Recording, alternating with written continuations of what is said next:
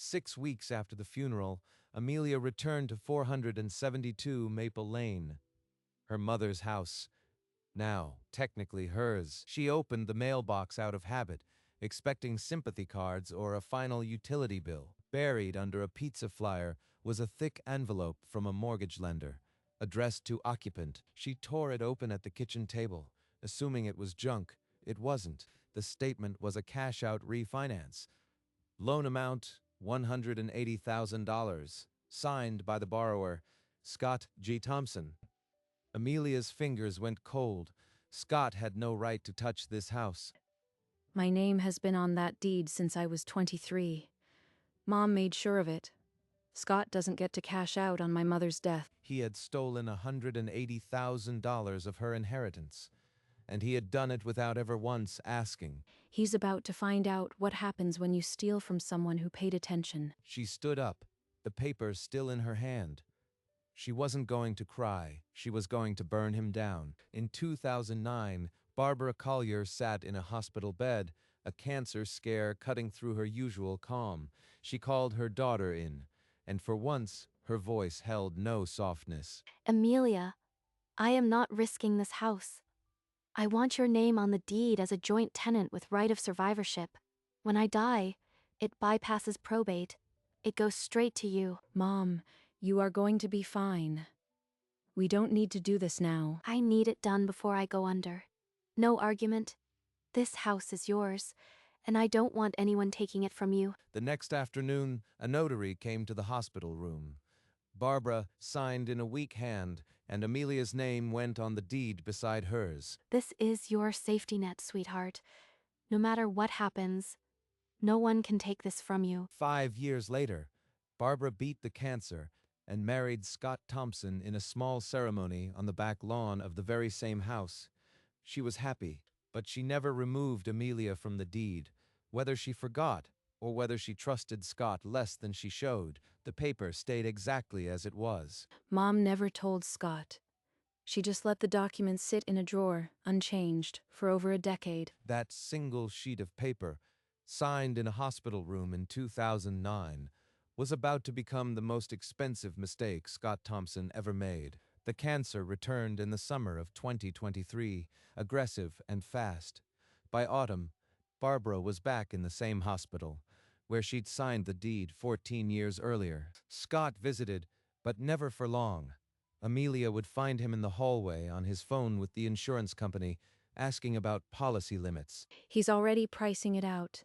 While my mother is dying, he's calculating what he can take. In her final days, Barbara only had strength for her daughter. She squeezed Amelia's fingers and whispered a last "I love you." She died on a Tuesday morning in March. When the monitor flatlined, Scott's first question to the doctor was about the death certificate. At the funeral, Scott played the grieving widower perfectly. He wept on cue and laid a rose on the casket for everyone to see. In his eulogy, he spoke of Barb's wishes and promised the room he would take care of the house exactly as she wanted. Amelia's jaw tightened until her teeth ached. Don't worry about anything. I'll handle the house and all the paperwork. It's what your mother would want. You aren't on the deed, Scott. The house is mine, and you have no idea what you just set in motion. But she said nothing, not yet, because the house wasn't his to give or his to take. It was hers, and she would protect it. 6 weeks after they buried Barbara, Amelia finally worked up the nerve to drive to the house. She hadn't been inside since the service. The porch light was still on, burning in the gray afternoon, as if no one had touched a thing. At the mailbox, she sorted through a stack of sympathy cards and pizza coupons, and then one envelope that made her blood stop. It was a cash-out refinance statement. Loan amount, $180,000, signed by the borrower, Scott G. Thompson. He did it. The bastard actually refinanced the house like it was his. He never asked, never told me. She read the document 3 times, her grip tightening each time. The loan had funded just 2 weeks after the funeral. He lied on the application, claimed to be the sole owner. This isn't just theft, it's fraud on a federal level. She pulled out her phone and scrolled past the condolences texts to a contact she'd saved months ago. Evelyn Reeves, Attorney. I need someone who knows exactly what kind of snake he is. Someone who can take him apart, legally and cleanly. The receptionist answered on the second ring.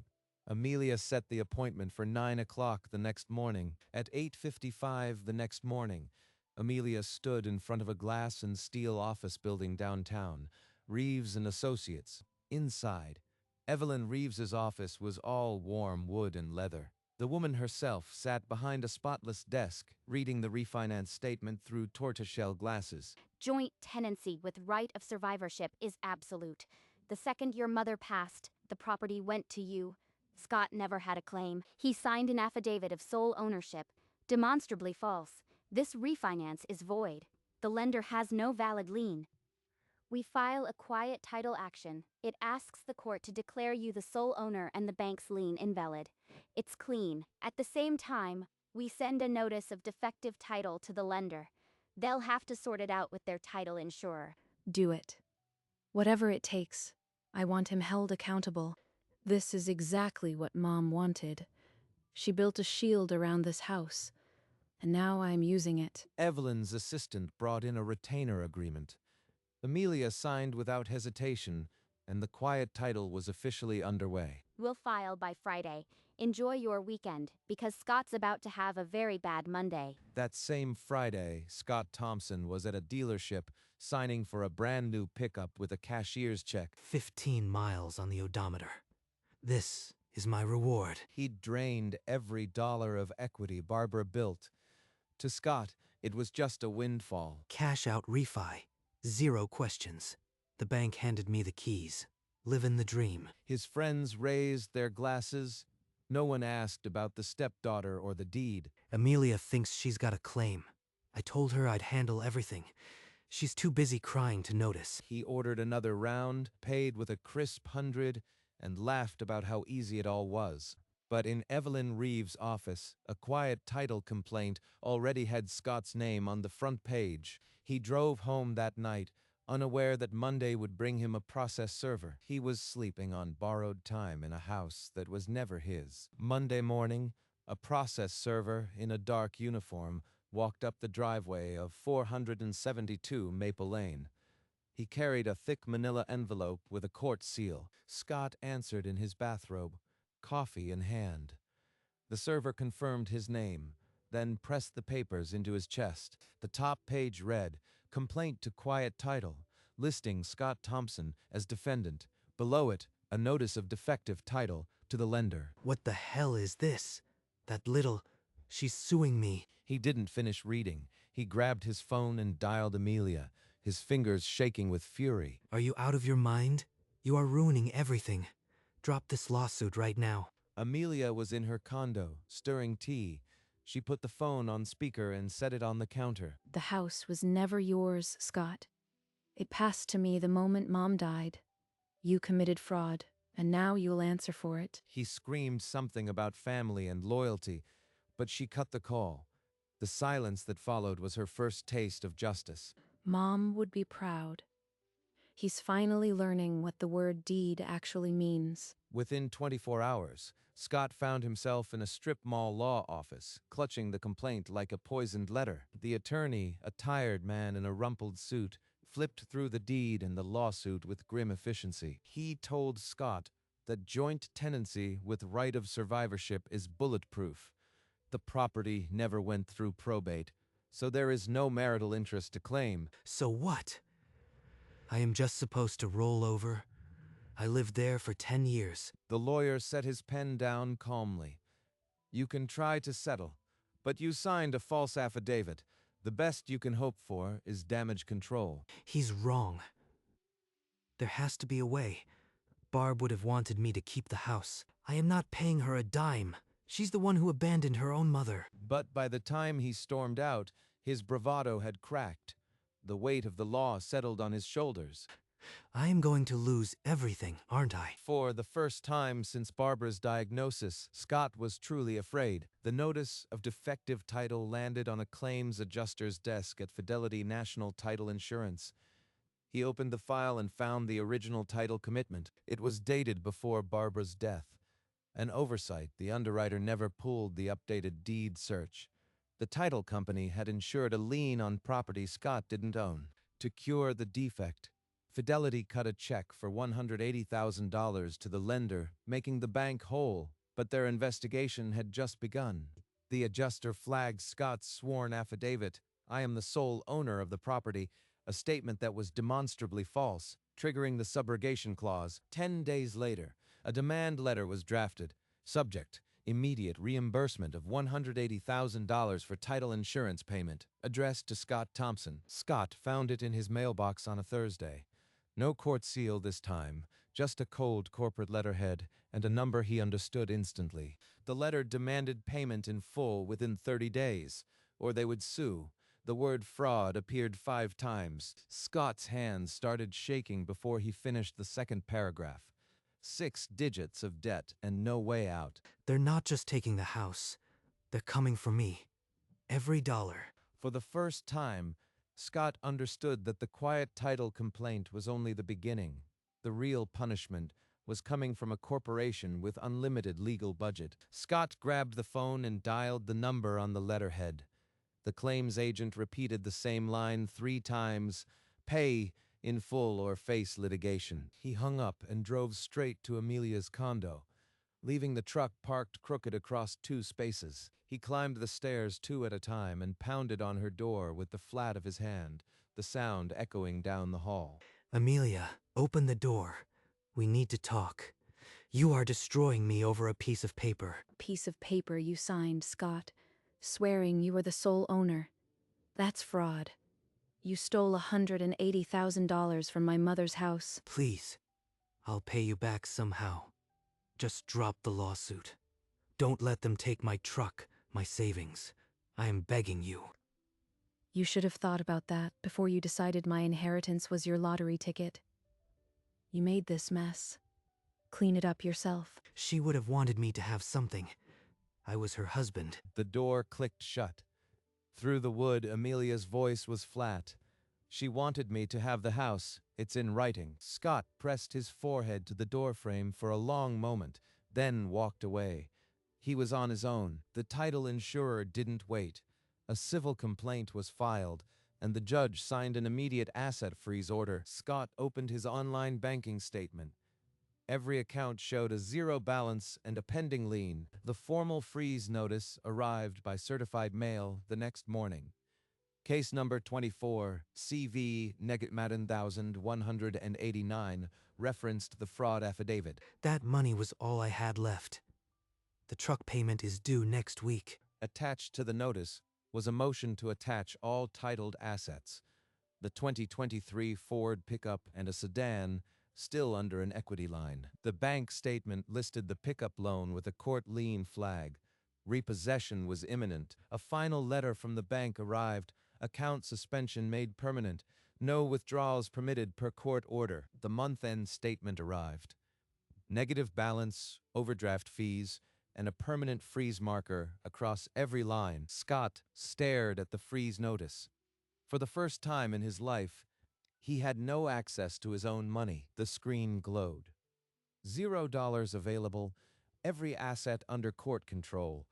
The title insurer had him cornered. 2 weeks after the freeze, Scott was in the kitchen when he heard the heavy engine of a tow truck. He pulled the curtain aside. The truck was backing up to his new pickup, its paint still wet-looking from the dealership. Hey, you can't take that. I have rights. The repo agent didn't even glance up. He pointed to the court order clipped to his clipboard. Later that day, a second court order came. Turn over the keys and title within 24 hours, or face contempt of court. By Monday, the sedan he'd bought with an equity line loan was flagged for repossession.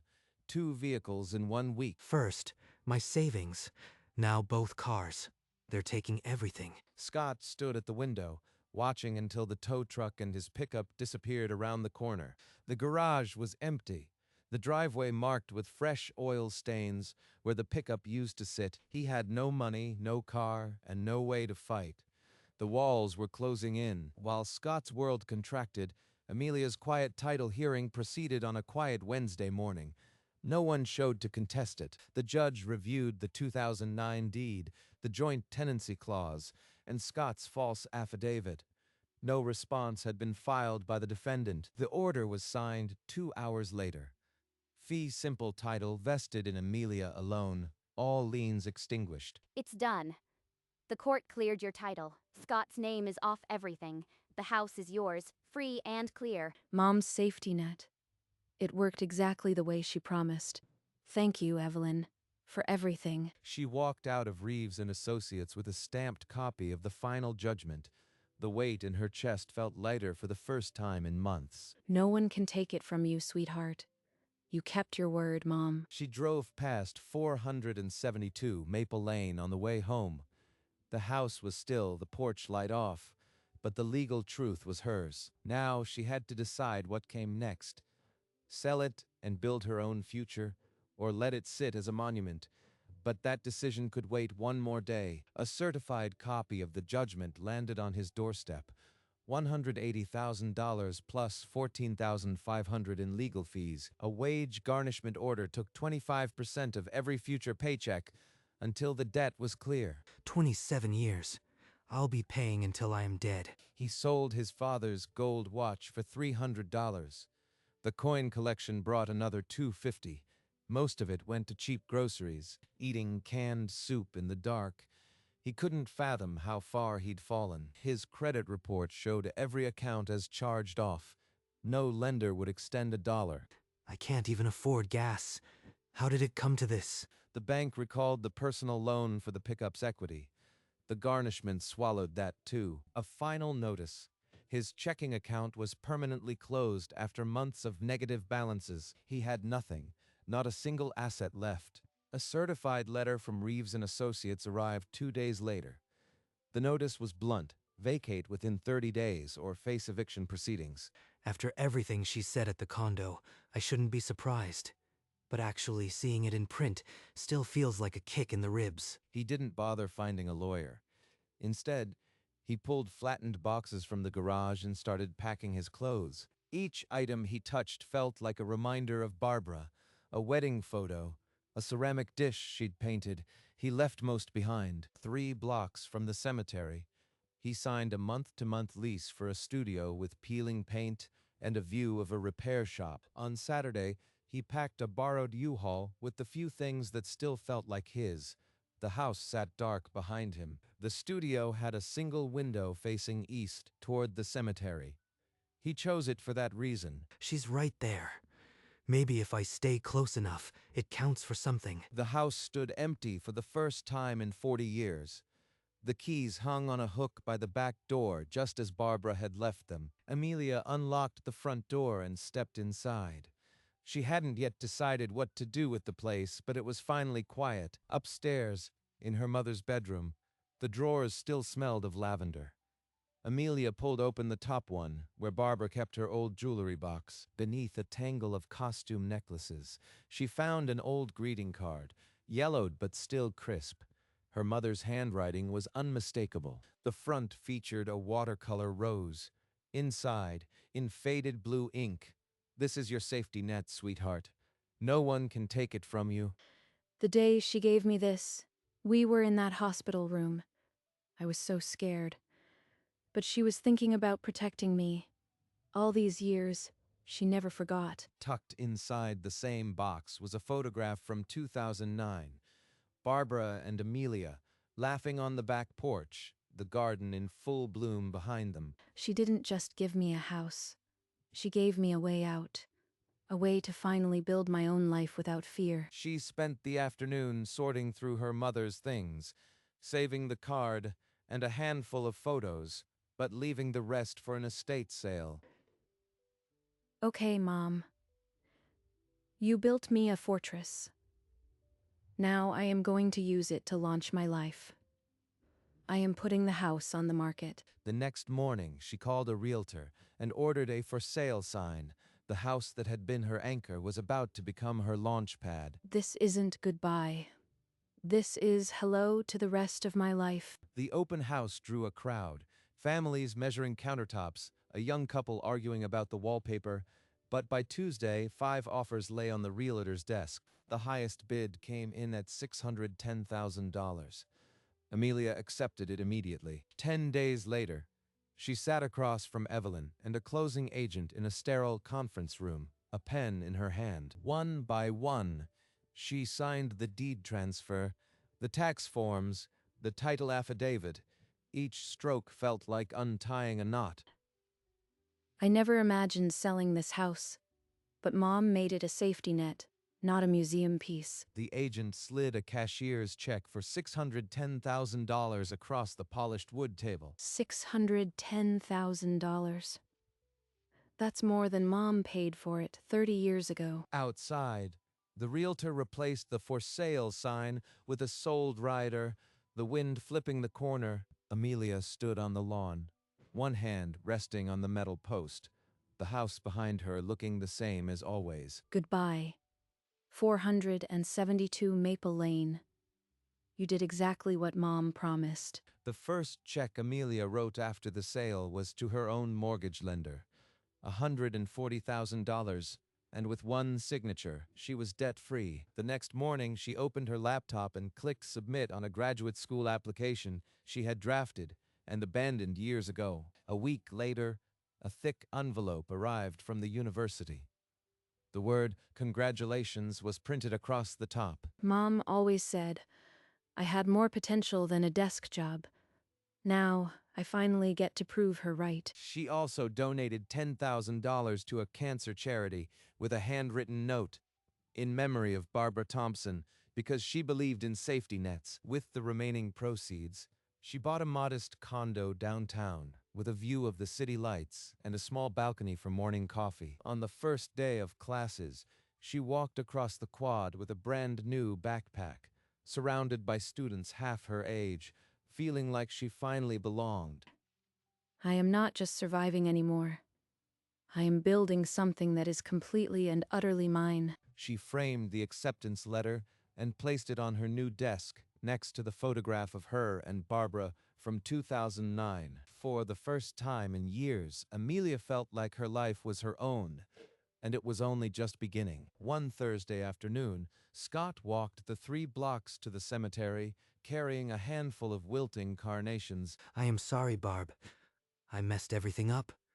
I should have just grieved you. Maybe if I keep coming here, she'll know I still love her, even if she wouldn't forgive me. He stood for a full minute, then walked away, shoulders hitched against the cold. Days later, Amelia drove to the cemetery with a bouquet of white lilies and a small smile. Hi, Mom. I did it. The house sold, and Scott's paying for what he did. You were right. No one could take it from me. That little paper sealed my future. She adjusted the bouquet, tracing the engraved dates with her fingertip. Thank you for the safety net, sweetheart. She stood, brushed the grass from her jeans, and walked back toward the parking lot, leaving the grave full of fresh flowers. In the rented studio, Scott sat in the half-dark, the television flickering. A faded photo of Barbara stood on the table beside a cold can of soup. He didn't move, didn't eat, just stared until the screen went static. Across town, Amelia walked across a stage in a black gown. The dean placed the diploma in her hands. She gripped it like a life raft. This is for you, Mom. That evening, Scott stood at the window, rain lashing the glass. He pressed a hand against the cold pane and watched the cemetery gates. Amelia threw her cap into the air with the others and laughed, the sound tearing through old grief. She placed the diploma on her desk, right beside the photograph of her and Barbara, 2 frames still. Sweetheart, this house is yours. No one can ever take it from you. At 472 Maple Lane, a new family moved in. A couple with a small child carried boxes up the front path. The porch light flickered on again. The mailbox was freshly painted with their name. Amelia kept the card on her desk, beside the diploma and a photograph of a laughing girl and her mother. She never asked Scott for an apology. She didn't need one. Across town, a man in a studio apartment was still paying for a mistake made out of greed, and that was punishment enough. Amelia closed the desk drawer and turned off the lamp.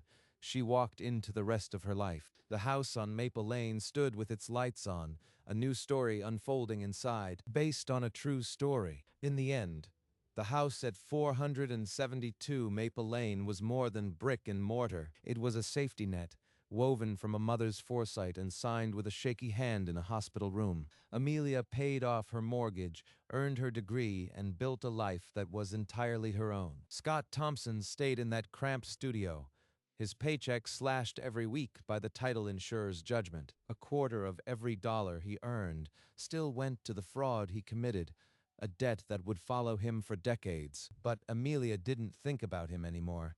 She had stopped looking back. On her desk, beside the diploma and a photograph of her laughing mother, sat the greeting card. The house on Maple Lane had a new family now. The porch light glowed at dusk, just as it always had. Barbara Thompson's legacy wasn't the walls. It was the freedom she locked inside a joint tenancy clause, and that freedom, written in blue ink, never got refinanced.